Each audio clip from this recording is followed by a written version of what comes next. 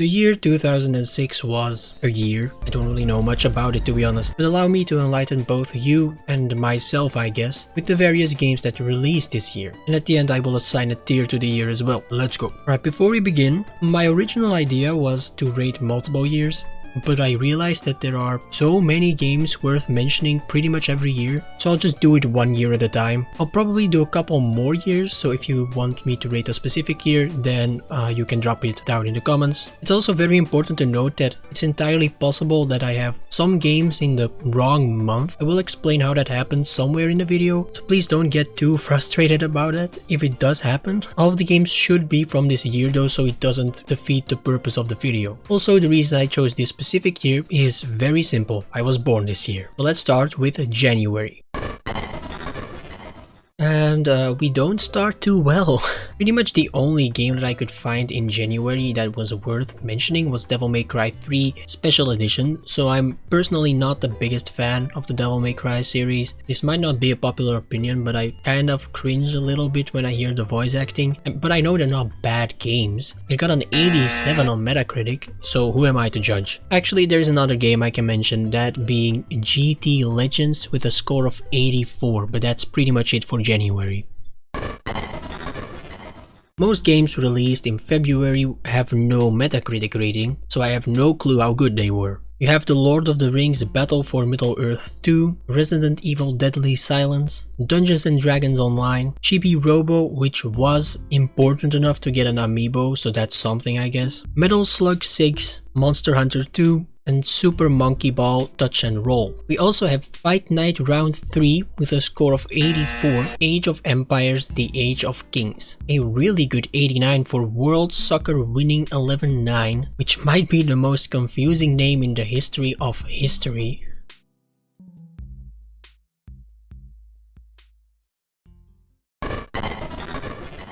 Alright, but March is where the actual video starts, because it picks up some steam with one extremely good release, which might be the best of the entire year. First, let's talk some other releases. We have Metroid Prime Hunters with a score of 85, Red Orchestra Ostfront with a score of 81, Siphon Filter Dark Mirror with a score of a solid 87, Tom Clancy's Ghost Recon Advanced with a score of 90 out of 100, but there is one game that is even better this month, The Elder Scrolls 4 Oblivion. At the time, this was Bethesda's latest masterpiece, which of course is an Elder Scrolls game because they just can't seem to ever slip up with this franchise. A huge 94 out of 100 on Metacritic. This is easily the best game we've seen, and that immediately gives 2006 a lot of points. Hold up, finding information about all of these games is actually really difficult. Most websites are just grossly incomplete, and that complicates things quite a bit. There are multiple websites that will make a list about the best games from a specific month in a specific year, and just not mention some of the best games released that month, but just the entire year in general. For example, I just found out that Metal Gear Solid 3 Subsistence is never mentioned apart from Metacritic itself. You know what score it got, by the way? 94! That's the exact same as Oblivion. Why does nobody talk about this? I am so fucking confused, because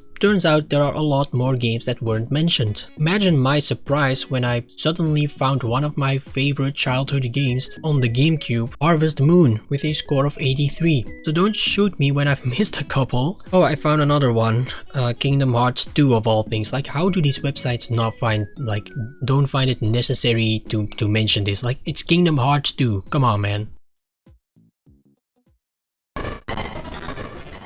April is my birth month, so I had very high hopes for this one. The first game that I found ended up being a really good one, Armadillo Run with a score of 88. This was pretty close to my birthday since it released on the 22nd of April while I was born on the 18th, and it was also immediately the highest rated game of the month. So this month pretty much just turned into me looking for the game closest to my birthday. Don't worry though, I didn't forget about all the other releases. We got Guild Wars with a score of 84, Expand Rally with 82, Outrun 2006 Coast to Coast with a score of 81, Hearts of Iron 2 Doomsday with a score of 80, and Tomb Raider Legend with 80 as well. And then I found it. My birth game. Yeah, I'm calling it that. My birth game. Mine ended up being Final Fantasy XI Treasures of At Urgan. Is that how you pronounce it? All things considered, this is not bad at all. April was not one of the most exciting months of the year, so I'm not mad that I got a Final Fantasy game. Final Fantasy is not the most unique game or franchise, and I was kind of hoping it would be something fucking stupid. All things considered, this is a pretty good one. Let me know your birth game in the comments if you want to. I'm genuinely curious. Alright, May. May is next up in line and looking to improve on a relatively bland April. Spoiler alert, it really did it. May starts off with Spellforce 2 Shadow Wars with a score of 80, and then things get weird. What kind of weird, you ask? Well, how about Rockstar Games Presents Table Tennis kind of weird? And that's the actual name, by the way. The presents is part of the official name. Its Metacritic score is solid though, with 81. Things aren't going back to normal immediately, because who followed that up with Uno? Yep, just Uno. Once again, not a bad score, because it has an 81 as well. Oh, alright, okay, we're back with some normal games this time, like Hitman Blood Money with 82. And we're already at the end, because May just kind of sucked, it seems. The last game was actually one of the earliest releases of the month, that being Rise of Nations, Rise of Legends, which is just two completely separate names if you think about it. Might be one of the worst names I've seen in a while. Well, no, never mind, I have already forgot about our old friend World Soccer winning 11-9, I think it was. Its score is 84 though. Oh, I thought this was the last game, but turns out I'm pretty much blind, because I missed a really big one. That being New Super Mario Bros. With a very respectable 89 out of 100 on Metacritic. Don't ask me how I missed that, because I'm not going to answer. After two very mediocre months, this month needs to pick up the pace a lot more, as we're already halfway through the year. Man, things went by so fast. We're starting off June with a pretty big IP, that being Street Fighter Alpha Anthology with a score of 79. Now I'm wondering, what in the world does that word even mean? A collection of selected literary pieces or passages or works of art or music? Well, I can't think of anything less like Street Fighter except maybe Peaceful Resolution. Anyways, we've lingered on that too long. Another game with a score of 79 was Rome Total War Alexander. Let's go to the real stuff, you know, in the 80s, like MotoGP 06. With a score of 80. We also have Race Driver 2006 with a score of 81. Apart from one game, the month is already over. Luckily, it's not a bad one. It's Half-Life 2 Episode 1 with a score of 87. So that's alright, but once again, not a really good month. But honestly, that does make sense. The best games usually release at the end of the year, because people can buy them as gifts during the holiday season. I can assure you that things will slowly get better again. The first thing I saw for July was already pretty confusing, so that didn't take long. I'm talking about Prey 2006. I thought Prey was a pretty good and respected game, so I thought this might have been the wrong Prey apart from Prey, but on the PlayStation 4. Apart from that Prey, this is actually the highest rated one. Both have a score of 79. Whatever the right Prey is, it's extremely underrated. Next up is... okay, what the fuck is this? I covered this one in February. Alright, so turns out this game is not from February, and the website I got it from just completely made up a release date for some reason. Like, why? I trusted you, man. So yeah, once again, the score from that game was 79. Let's return to the 80s. We have Valkyrie Profile with a score of 80, Cloning Clyde with a score of 80, finally a good fucking name. Sid Meier's Civilization 4 Warlords, which is an extremely respected franchise, and it delivers with a nice 84, but that gets outclassed by one more game this month from an equally as big franchise, that being Tekken. The game in question is Tekken 5 Dark Resurrection, which barely doesn't crack the 90s with a score of 88. I'm sure Tekken fans will be happy with that. August. So it's almost time for school again. You know, when all the cool games release and you no longer have the time to play them. In August, the Americans still had time to play Madden NFL 7, which got a score of 80. August continues to ooze out that American energy with Saints Row 2006. That got a score of 81. And you also got this game that I'm not even going to try to pronounce. I'm sure the Americans like that one too. Don't worry, there were a couple of games that real people could enjoy as well. Those games include Disgaea 2 Dark Hero Days with a score of 84. Can the names please get easier to pronounce? Like, I'm really trying here. Dead Rising with a nice 85, but nothing this month compares to the next game, because with a score of 93 we finally pull things back with Dwarf Fortress. Dwarf Fortress is a very unique game, but sometimes the most unique games are the best. A deserved score. But that does mean we are entering the final third of the year, 8 months down, 4 to go. Alright, get ready for September, because this is a good one. Not the best one, but this is what we've been waiting for. Usually I don't mention most of the games released that have a score in the 70s on Metacritic, but this one deserves to be in the video for sure, because it's the original Yakuza. Fuck man, I need to play one of these. Another big one is LEGO Star Wars 2, the original trilogy. I can say from experience that LEGO games fucking rule, so I'm sure this one does as well. Some other games released were Dominions 3 The Awakening with an 82, Test Drive Unlimited with 82. There was also a re-release, I think, from the original Doom on the Xbox 360 with yet another 82. We have Dragon Quest Heroes Rocket Slime with 83, Loco Roco High with 83, Valkyrie Profile 2 Slimeria with 84. The award for best name this month goes to DEFCON Everybody Dies. We're not done, bear with me.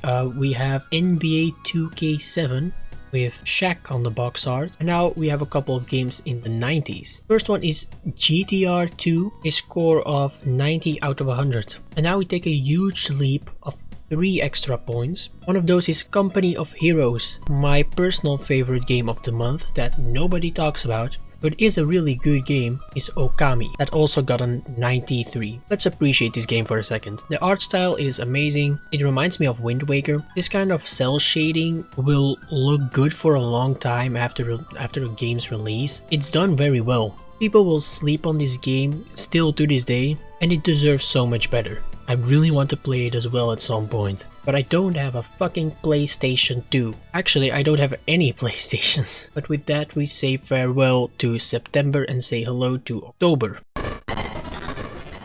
Bet you won't be able to guess what we're starting off with in October. It's Microsoft Flight Simulator X, the score of 80. Next up is Battlefield 2142 with another 80. For those who like golf, I refuse to believe they actually exist, but I digress. We have Tiger Woods PGA Tour 7, also 80. Another game released was Age of Empires 3, The War Chiefs, with 80 as well. We actually have a Sam & Max game, who saw that coming? It got an 81. There's also Marvel Ultimate Alliance with 82, another Dungeons & Dragons game in Neverwinter Nights 2 with 82, a fan favorite in Nintendox, specifically Dalmatian and Friends, with 83. We also have Clubhouse Games, which is just cafe games, which earned itself an 83. We're slowly getting there. Next up is Guild Wars Nightfall with an 84 out of 100. Hey look, it's Tom Clancy again. This time it's Splinter Cell Double Agent. It got an 85. Now we're getting to the best of the good stuff. First is Grand Theft Auto Vice City Stories with an 86. Then there is Warhammer 40,000 Dawn of War Dark Crusade. Got an 87. More football, at least the name is normal this time. It's Worldwide Soccer Manager 2007. Well, it's a normal name, but it has the wrong fucking year. It also has an 87, by the way. Another game who got 87. This one I consider a lot better, not gonna lie, and that's Bully. You know, a game known for its lack of sequel. There's just one game that does better, which is Final Fantasy XII with an impressive 92. Final Fantasy never fails to show up and is one of the biggest franchises of all time. Maybe the amount of releases are a little high, but actually they're still really good, so it doesn't matter. They're like a more consistent Pokemon. Alright, I'm warning you already, November is a wild one. This month has way too fucking many releases, including most of the best titles, so let's get into it. We kick things off with a franchise I'm sure you're familiar with, Trackmania United, with a score of 80. We also have Trauma Center Second Opinion, it got an 80. We also have Gitaru, Man Lives, Death, Taxes and Crazy Names for games released in 2006. But yeah, also got an 80. We also have, Jesus motherfucking Christ, what is this? SOCOM US Navy SEALs Fireteam Bravo 2. This one got an 81 though. Back to known territory with Yoshi's Island DS and The Elder Scrolls 4 Knights of the Nine, both earning an 81. Then we have a game that awakes an uncontrollable urge for me to say things in French, Lumine.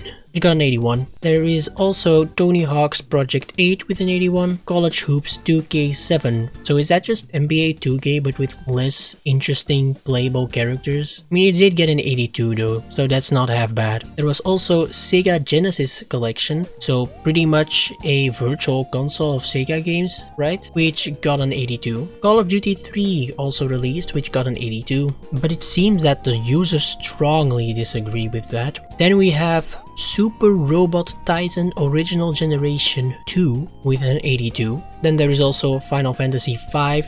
You know what, I'm not even going to question it. It has an 83. There is EverQuest 2 Echoes of Fadewar with an 83. The award for most traumatizing game goes to the next one, which is Viva Pinata. If you know, you know. It has a score of 84. There is also Resistance Fall of Man with an 86. Now things are getting good. We have Elite Beat Agents with 87. Medieval 2 Total War with 88, and now we've once again reached the 90s. November kind of has like a big three in a way. The first one is Guitar Hero with a 92, Guitar Hero 2 with a 92. The second one is one I know a lot of people will like, Gears of War with an 94. But now we've arrived at the final game of November and the best game of the entire year. This is the only game that was able to reach a 95. There is not a single other game this year that gets there or exceeds it. The game in question is of course The Legend of Zelda Twilight Princess. What makes Twilight Princess so great for me is the setting. So much more dark and grim. The only Zelda game that feels as dark is Majora's Mask, but this game feels more intentionally dark. And I think it's a great contrast with other Zelda games, and I think they should probably explore that again sometime. Twilight Princess is the best game of the year, but in case you've forgotten, we still have one more month left. To ease us into the new year, December really doesn't compare with November. That's not a problem necessary. If you don't believe me, well, here's the first game I found. Bookworm Adventures Deluxe with a score of 82. And then it took a while to find anything, and eventually I ended up finding Castlevania Portrait of Ruin with a respectable 85. And the final game and best game of the month was Metal Gear Solid Portable Ops with a score of 87. And just like that, the year 2006 is over. So I guess it's about time we do the thing that, you know, the title says all the way at the end of the video. Let's actually rate this year. The year 2006 was a pretty turbulent year in terms of quality, but a fairly standard one in terms of releases and franchises. 2006 had some very nice games, as well as some sleeper hits, but not every month could keep up.